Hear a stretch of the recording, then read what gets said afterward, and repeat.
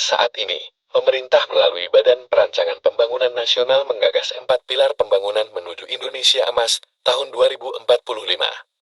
Yang dimana pada poin kedua pembangunan ekonomi yang berkelanjutan mencangkup beberapa hal mengenai perdagangan luar negeri, percepatan industri dan pariwisata, pembangunan ekonomi maritim, pemantapan ketahanan pangan, dan meningkatkan kesejahteraan petani, serta komitmen terhadap lingkungan hidup. Saat ini penggunaan kertas Indonesia semakin meningkat dari tahun ke tahun. Tidak banyak orang menyalahgunakan hutan untuk kepentingan mereka sendiri, terutama untuk produksi kertas yang semakin meningkat.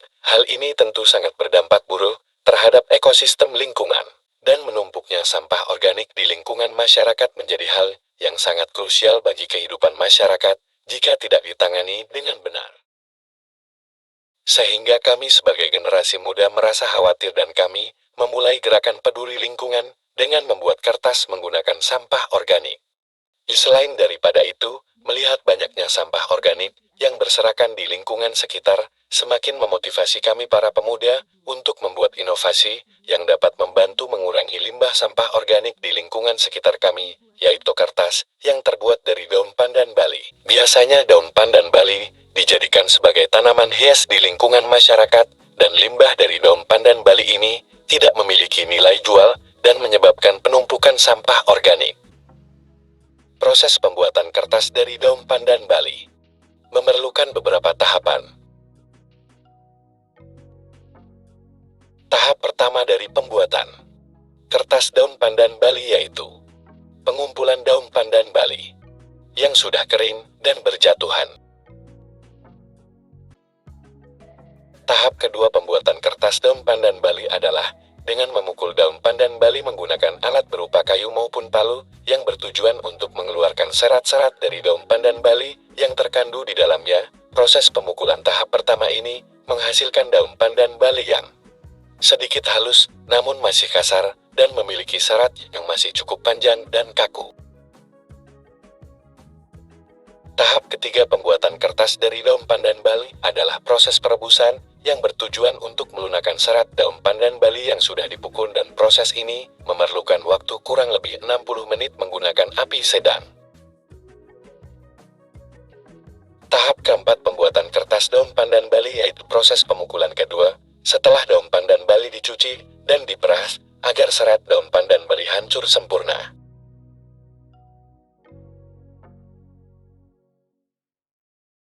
Tahap kelima pembuatan kertas dari daun pandan Bali adalah proses pencetakan yang menggunakan alat khusus, kemudian ditaruh di atas kail dan ditumpuk dengan kertas-kertas lain, lalu ditekan menggunakan bantuan alat pres agar air yang tertinggal dari proses pencetakan akan keluar. Tahap terakhir pembuatan kertas dari daun pandan Bali adalah proses pengeringan. Proses pengeringan ini menggunakan bantuan sinar matahari yang membutuhkan waktu kurang lebih 2 hari tergantung cuaca. Membuat kertas dari daun pandan Bali memiliki beberapa keunggulan yang menarik. 1. Ramah lingkungan. 2. Penanggulangan sampah daun pandan Bali. 3. Menjaga kelestarian sumber daya alam. 4. Memiliki nilai ekonomis. 5. Memiliki daya estetika. Bagaimana cara kami memasarkan produk kami? Simak video berikut.